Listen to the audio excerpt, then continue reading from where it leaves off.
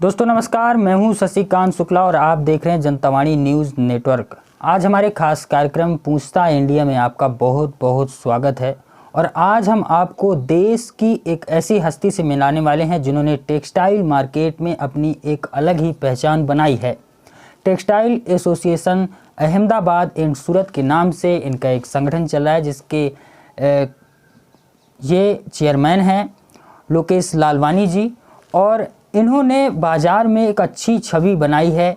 इसीलिए आज हमसे ये जुड़ रहे हैं। हमने इनसे समय मांगा था और आज बहुत दिनों के बाद इनसे बात करने का अवसर मिल रहा है। आप सभी को सुनना चाहिए, जो भी लोग व्यापार में अपनी एक छवि बनाना चाहते हैं, व्यापार में जो भी युवा जाना चाहते हैं, उनको ये ज़रूर सुनना चाहिए इंटरव्यू।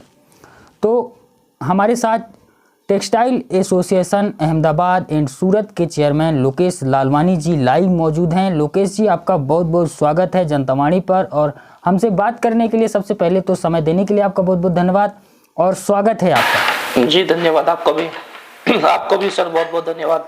लोकेश जी, अहमदाबाद में काफ़ी सारी एसोसिएशन और भी हैं, और जो आपका एसोसिएशन है टास एसोसिएशन के नाम से जाना जाता है। इन सभी ये जो अहमदाबाद में और भी एसोसिएशन चल रहे हैं, इनमें आपका जो संगठन है ये अलग कैसे है, विपरीत कैसे है, अलग काम आप कैसे कर रहे हैं और किस तरह से अलग छवि आपकी बनी हुई है? जी बिल्कुल, इसमें अहमदाबाद शहर की बात की जाए तो काफ़ी सारी एसोसिएशन कार्यरत है, और टास एसोसिएशन जो है अभी कम समय हुआ इसको बने हुए हैं। वैसे तो पहले हमारा एक टेक्सटाइल ग्रुप हुआ करता था। हम बाजार के व्यापारियों के लिए 3 से 4 साल से हम कार्य कर रहे हैं, उनको सेवाएं दे रहे हैं। पर जैसे ही संगठन बड़ा हुआ, व्यापारियों का ग्रुप बड़ा हुआ, तो कुछ बाजार के मौजूद व्यापारियों ने हमें एसोसिएशन बनाने की एक सलाह दी, जिसमें करीबन 1 साल पहले टास एसोसिएशन का निर्माण हुआ, टास एसोसिएशन बनी, और अभी तक बाजार में व्यापारियों के हित के लिए अच्छा कार्य कर रही है जी। अब सवाल ये आता है कि हम बाकी एसोसिएशन के मुकाबले अलग कार्य कैसे कर रहे हैं। तो उसकी वजह यह है कि एसोसिएशन जो होती है वो व्यापारिक समस्याओं के लिए बनी हुई है। दो व्यापारियों के मध्य होने वाले विवाद या किसी भी तरह की एक मिसअंडरस्टैंडिंग है, उसको खत्म करना एसोसिएशन का प्रथम कार्य होता है। सबसे पहले तो व्यापारियों को एसोसिएशन के साथ जोड़ना है, जोड़ने के बाद में उनके मध्य उत्पन्न होने वाली समस्याओं का समाधान करना है। समाधान के बाद में जाहिर सी बात है, जहाँ व्यापार होगा वहाँ विवाद भी होगा, जहाँ दो लोग कार्य करेंगे तो वहाँ मिसअंडरस्टैंडिंग भी होगा। तो टास्क का ये उद्देश्य है, दो व्यापारियों के परस्पर या दो व्यापारियों के मध्य उत्पन्न होने वाली जो मिसअंडरस्टैंडिंग है, जो समस्या है, हम उनको मध्यस्थता करवाते हुए एसोसिएशन के मार्फत खत्म कराने का प्रयास करते हैं, ताकि भविष्य में दोनों व्यापारियों के मध्य परस्पर मधुर संबंध बने रहे और एक व्यापार की अच्छी छवि और भूमिका बनी रहे। जी जी। अच्छा लोकेश जी, आपका जो एसोसिएशन है इसमें कितने सदस्य हैं और अभी कितने सदस्य हैं, और इसमें जुड़ने के लिए क्या करना पड़ता है? इससे किस तरह से जुड़े आपके एसोसिएशन से? इसमें सर अभी वर्तमान में करीबन 300 से ज्यादा रजिस्टर्ड सदस्य हैं। वैसे बाजार के 5000 से ज्यादा व्यापारी टेक्सटाइल ग्रुप में जुड़े हुए हैं, और जुड़ने की प्रक्रिया बहुत ही आसान है। टेक्सटाइल बाजार का पूरे भारत का कोई भी व्यापारी जो अहमदाबाद के बाजार से व्यापार का ताल्लुक रखता है, अहमदाबाद के बाजार में व्यापार करता है, तो वो टास एसोसिएशन का हिस्सा बन सकता है, और वो कोई भी व्यापारी जुड़ सकता है। नॉर्मल उसकी प्रक्रिया है, कोई ऐसा कोई बहुत बड़ा कोई इसमें स्केल नहीं है। और हम तो यही आपके चैनल के माध्यम से, इंटरव्यू के माध्यम से टेक्सटाइल बाजार के सभी व्यापारियों से ये आग्रह करेंगे, जुड़कर चलिए, जुड़ते रहिए, जुड़े रहोगे तो ही आपको आगे एसोसिएशन का एक लाभ मिल पाएगा। अच्छा लोकेश जी, कंपटीशन बहुत है मार्केट में, आप भी जानते हैं, और जो भी युवा हमारा ये इंटरव्यू देख रहे हैं, ये सवाल उनके लिए भी महत्वपूर्ण है। बहुत ही कम समय में आपने अपने एसोसिएशन को मार्केट में स्थापित किया है, मजबूत बनाया है, और इतने कम समय में इतना मजबूत एसोसिएशन किस तरह से खड़ा किया आपने, ये हमारे दर्शकों को भी बताइए। और किस तरह से जो लोग, जो नए युवा हैं, वो आना चाहते हैं, तो उनके लिए एक अच्छा सीख होगी। आप बताइए कि इतने कम समय में आपने ये सफलता किस तरह से हासिल की? सर ऐसा है कि बाजार में कहीं पर भी, कोई भी देश का बाजार हो, किसी भी वर्ग का बाजार हो, किसी भी फील्ड का बाजार हो, संगठन का होना बहुत जरूरी है, एसोसिएशन का होना बहुत जरूरी है। मैंने जब अहमदाबाद के बाजार में आज से 4 साल पहले जब कदम रखा था, एक टेक्सटाइल व्यापारी के तौर पर मेरी पहचान थी और एक व्यापारी बनकर मैं बाजार में आया था। तो मुझे ऐसा एहसास हुआ कि बाजार में ठीक है बहुत सारी एसोसिएशन थी, कार्य करती थी, बट मुझे ये रियलाइज हुआ कि वो कार्य उस तरीके से नहीं हो रहे हैं जैसे होने चाहिए। जो एक एसोसिएशन का वर्चस्व होता है, एक संगठन का वर्चस्व होता है, वो यहाँ मुझे कहीं दिखाई नहीं दिया।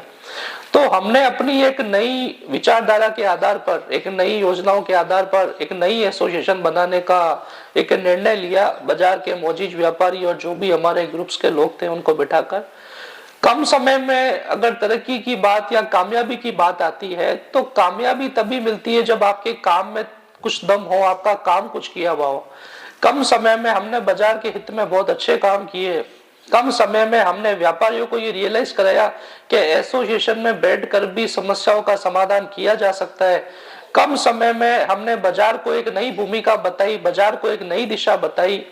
कम समय में हमने बाकी जो पुरानी एसोसिएशन थी जो सालों से काम कर रही थी, आज वो भी हमें कहीं ना कहीं हमारे कार्यों को कॉपी कर रही है या हमसे सीखकर अपने एसोसिएशन में वो कार्य अप्लाई कर रही है। और अच्छी बात है, हम तो चाहते हैं अगर किसी को हमसे ज्ञान मिल रहा है या कुछ सीखने को मिल रहा है तो किसी से ज्ञान लेने में कोई छोटा बड़ा नहीं होता है, इंसान इंसान से ही सीखता है। तो ये काम की बदौलत कार्य हुई। आज भी 24 घंटे एसोसिएशन कार्यरत है। कमेटी के जितने भी लोग हैं सब मेहनती लोग हैं, बाजार के प्रति डेडिकेटेड लोग हैं। 24 घंटे व्यापारियों की समस्याओं को सुनना, समाधान करना, ये हमारा प्रथम उद्देश्य है और इस उद्देश्य के साथ हम आगे भी बने रहेंगे। जी। अच्छा, जाहिर सी बात है लोकेश जी कि जब इंसान ऊंचाइयों पर जाता है, और आपका तो पूरा संगठन ही मजबूती से खड़ा हो गया है बहुत ही कम समय में मार्केट में, तो जब ऊंचाइयों पर आदमी जाता है तो जाहिर सी बात है विरोधी भी बनते हैं, दुश्मन भी बनते हैं। तो क्या आपके भी विरोधी हैं मार्केट में? क्या आपको भी इन सारी चीज़ों का सामना करना पड़ रहा है? जी बिल्कुल विरोधी हैं। अगर विरोधी नहीं होते तो मैं यहाँ नहीं होता। और मैं तो कहता हूँ विरोधी होने चाहिए। हर कामयाब इंसान को कामयाब बनाने वाले ही उसके विरोधी होते हैं। तो विरोधियों से डरना नहीं चाहिए, विरोधियों से लड़ना चाहिए।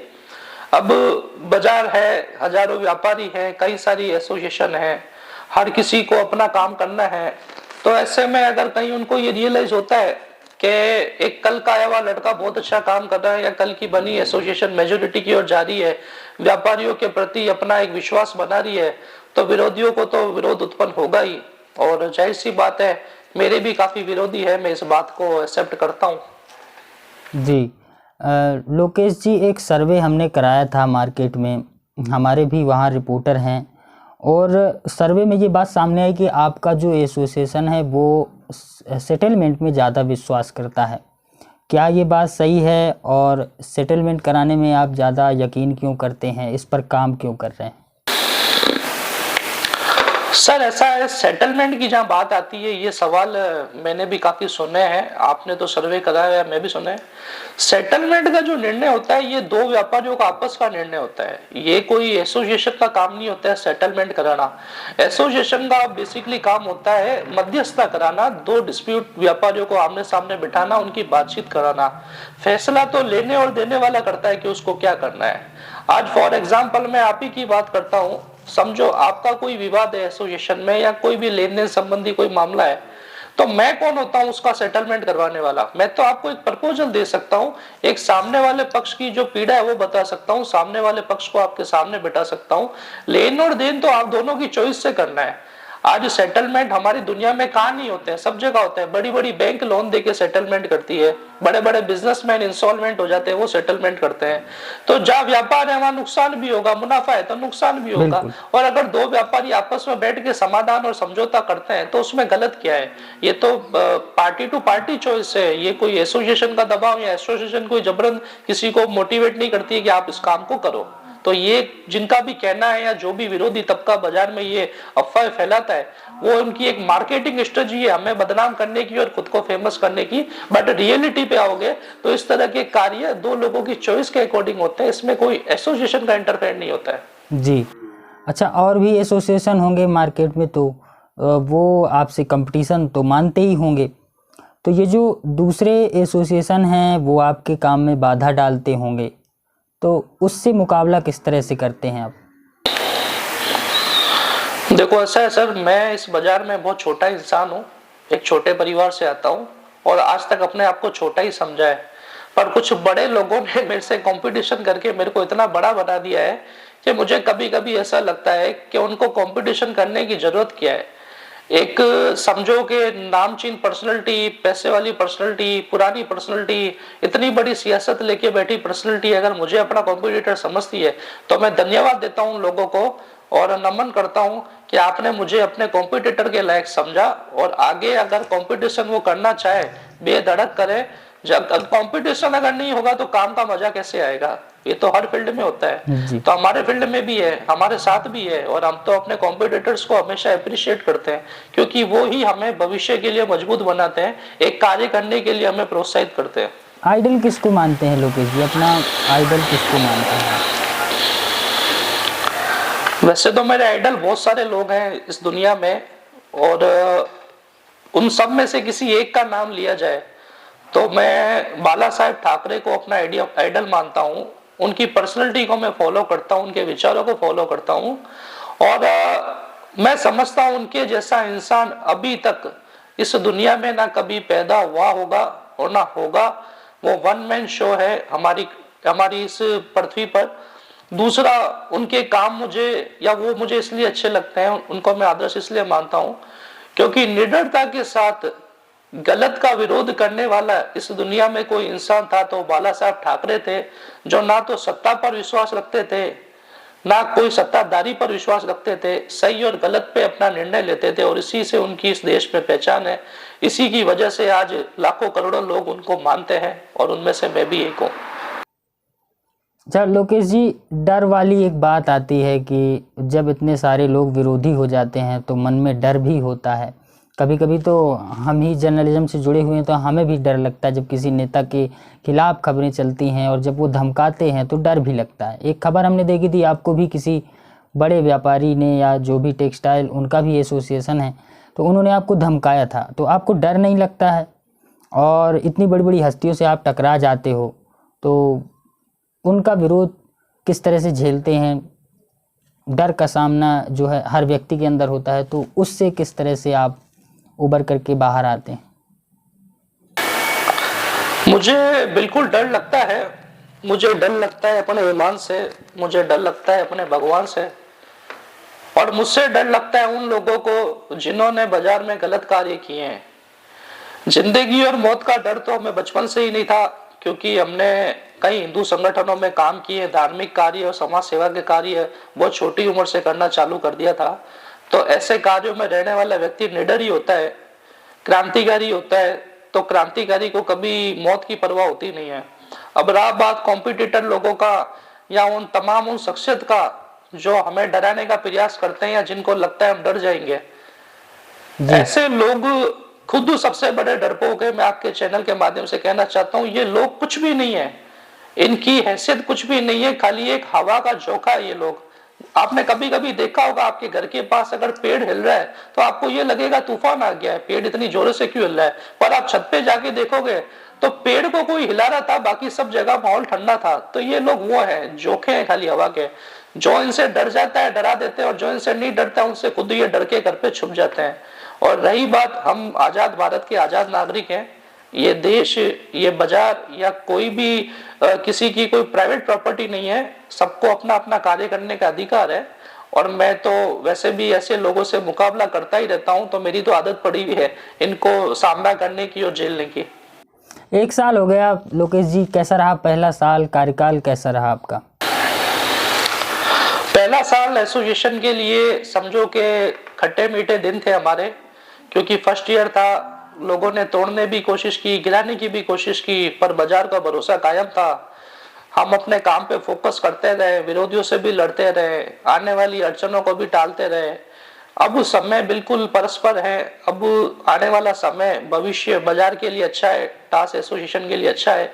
आज जितने भी व्यापारी एसोसिएशन से जुड़े हैं उनके अंदर एक मन में एक संतुष्टि है, एक विचार है कि हम जिस संगठन या जिस एसोसिएशन के साथ जुड़े हैं वहाँ हमारी सुनवाई होती है, भविष्य में हमारे साथ कुछ भी गलत हुआ तो कोई हमारी सुनने वाला है। बाजार में ये विश्वास दिलाना व्यापारी को बहुत जरूरी था, जिससे एक सुकून और शांति का वातावरण बना रहे। आज हम उस काम को करने में बहुत हद तक कामयाब हुए और आने वाले समय में दिन ब दिन हमारा काम आगे इम्प्रूव होगा और जो बाजार के हित में और जो व्यापारी के हित में अच्छे कार्य हम कर सकते हैं एसोसिएशन के माध्यम से, उसमें हमारा योजनाएं बनी रहेगी। जी अच्छा, एक खबर आई हमारे पास, हमारे लोकल के वहाँ के जो रिपोर्टर हैं, गुजरात के जो और भी हमारे पत्रकार साथी हैं, उन्होंने हमें बताया कि एक बड़े राजनीतिक चेहरे के रूप में आप उभर करके आ सकते हैं बहुत जल्दी। तो इस बात में कितनी सच्चाई है? क्या राजनीति में, क्या पॉलिटिक्स में ट्राई कर रहे हैं आप, सोच रहे हैं क्या आप? सर ऐसा है, मैं आपकी जानकारी के अनुसार बता दूं कि मैं राजनीति को छोड़कर इस मुकाम पर आया हूं। लोग राजनीति में जाते हैं, मैं उसको छोड़कर आया हूं। राजनीति तो कभी की नहीं, समाज सेवी भावना से हर कार्य को किया है। समाज के प्रति अपनी सोच रखी है, जनमानस के प्रति अपनी सोच रखी है, गरीब और मध्यम वर्गीय तबके के प्रति अपनी सोच रखी है।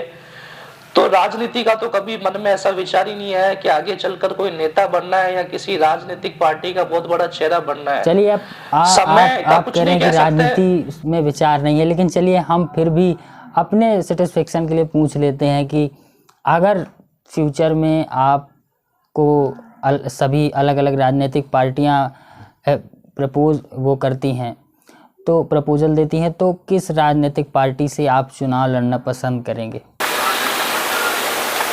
देखो, पार्टी का तो अभी मैं ये नहीं कह सकता, क्योंकि भविष्य किस ओर जाएगा, कौन सी पार्टी देश हित में कार्य करेगी, कौन सा प्रतिनिधिमंडल देश हित में रहेगा, ये तो वक्त की बात है। पर एक हिंदूवादी नेता हूँ, हिंदू संगठन से जुड़ा हूँ, संघ को फॉलो करता हूँ, समाज को फॉलो करता हूँ, धर्म को फॉलो करता हूँ, तो सबसे पहली प्रायोरिटी मेरी ये रहेगी, जो पार्टी हमारे धर्म को फोकस करेगी, जो पार्टी सनातन को फोकस करेगी, उसमें जाना मेरी पहली प्राथमिकता रहेगी। दूसरी बात, राजनीति करने का फिलहाल कोई ऐसा मोड़ नहीं है, पर भविष्य में अगर जनता ने, हमारे समाज ने या मेरे जो भी संगठन ने अगर ऐसी पहल रखी और उनको लगा मैं डिजर्व करता हूँ, मैं और ऊंचे पायदान पे जाकर समाज के लिए कुछ और भी अच्छा कर सकता हूँ, तो अगर मौका मिलेगा तो उस समय उस स्थिति पे जरूर विचार किया जाएगा। अच्छा, आप हिंदू संगठनों में भी लोकेश जी रहे हैं और बड़े बड़े पदों पर रहे हैं। हिंदू संगठनों में आपने अच्छा काम किया है, अपने प्रदेश स्तर पर भी और राष्ट्रीय स्तर पर भी आप पदों में रहे हैं। तो एक ये बात आती है कि व्यापारिक एसोसिएशन है एक तरफ तो आपका, और दूसरी तरफ आप इन संगठनों में भी रहे, तो व्यापार की ओर रुख किस तरह से मुड़ा और व्यापारिक एसोसिएशन बनाने का विचार मन में किस तरह से आया आपके? इसमें ऐसा है कि जो काम हम हिंदू संगठनों में करते हैं वही काम अभी भी कर रहे हैं। फर्क इतना है कि वहाँ धार्मिक मामले हुआ करते थे और यहाँ व्यापारिक मामले हैं। पर आज भी मैं धर्म से जुड़ा हुआ हूँ, समाज से जुड़ा हुआ हूँ। ऐसा नहीं है कि मैं किसी टेक्सटाइल एसोसिएशन का प्रमुख हूँ तो मेरा काम टेक्सटाइल बाजार की ही समस्या सुनना है। जहाँ भी सामाजिक समस्या है या जनमानस की कोई ऐसी समस्या है जो मुझे लगती है मेरे मार्फत उसको सुलझाई जा सकती है या उसकी मदद की जा सकती है, तो मैं बिल्कुल करता हूँ। रही बात संगठन से यहाँ पे आने की या रुख को बदलने की, तो समय है, समय का दौर है। आज से 10 साल पहले मैंने नहीं सोचा था कि मैं यहाँ आऊंगा, आज से 10 साल बाद क्या होगा ये भी मैंने नहीं सोचा है। तो समय और हवा का रुख जिस तरफ इंसान को ले जाता है, इंसान को उसी तरफ अपना कार्य बढ़ाना पड़ता है। जी, फील्ड अलग अलग है पर कार्य आज भी वही है। हिंदू संगठन और व्यापारिक की बात करूं तो समाज का हिस्सा है दोनों, सामाजिक कार्य ही दोनों, और जो सेवा होती है वो कहीं पर भी हमें दी जा सकती है। तो उसको उस बात को दिमाग पे रखते हुए, उस विचारधारा को रखते हुए हम यहाँ तक पहुंचे। जी लोकेश जी, आपने हमारे सवालों के बहुत ही अच्छे तरीके से जवाब दिए और बहुत ही शानदार जवाब दिए। अंत में एक मैसेज देश के युवाओं के लिए क्या देना चाहेंगे आप? युवाओं को मैं सबसे पहले आपके चैनल के मार्फत ये मैसेज देना चाहूंगा कि हमारे देश में वर्तमान में एक बहुत ही गंभीर समस्या बनी हुई है युवाओं के मध्य। पहली समस्या तो है नशा। आज के युवा जिस तरीके से नशा कर रहे हैं, हमारे देश में ऐसे ऐसे नशे शराब के अलावा आ चुके हैं जिनके बारे में सोचते हुए भी बड़ी गंभीरता लगती है, और युवा उन नशों की आदतों में, उन लत में पड़ चुके हैं। तो नशे को पहली बात तो आप टालिए। नशा इंसान का सबसे बड़ा दुश्मन है। आपको खत्म करने वाला ही आपका दुश्मन आपका नशा है, चाहे आप जो भी कर रहे हैं। दूसरा, अभी हमारे देश में जुए की प्रवृत्ति भी बहुत ज्यादा बढ़ रही है। मैं देख रहा हूँ ऑनलाइन जुए के गेम, सट्टे के गेम इतने आ गए हैं बाजार में। सरकार से भी मैं आपके चैनल के मार्फत, अगर देश की सरकार या कोई सरकारी नुमाइंदा अगर मेरी बात सुन रहा है, तो मैं उनसे भी गुजारिश करूंगा, इस तरह के जुओं की प्रवृत्ति पर आप रोक लगाइए। क्योंकि शराब इंसान को खत्म करती है, जुआ उसके परिवार को खत्म करता है। शराब पीकर आदमी खुद को बर्बाद करता है, जुआ खेलकर अपने परिवार को बर्बाद करता है। तो युवाओं से मैं यही कहना चाहूंगा, इन दो गंभीर रोगों से आप दूर रहें। और ये जो देश की प्रमुख समस्या भी बनी हुई है, सरकार से भी मैं अपील करूंगा इस पे ठोस कदम उठाए, ऐसे लोगों पर ठोस कानून बनाए, ताकि देश को बर्बाद होने से, युवा को बर्बाद होने से बचाया जा सके। जी लोकेश जी, बहुत बहुत धन्यवाद। थैंक यू सो मच हमारे साथ जुड़ने के लिए। बहुत बहुत धन्यवाद आपका।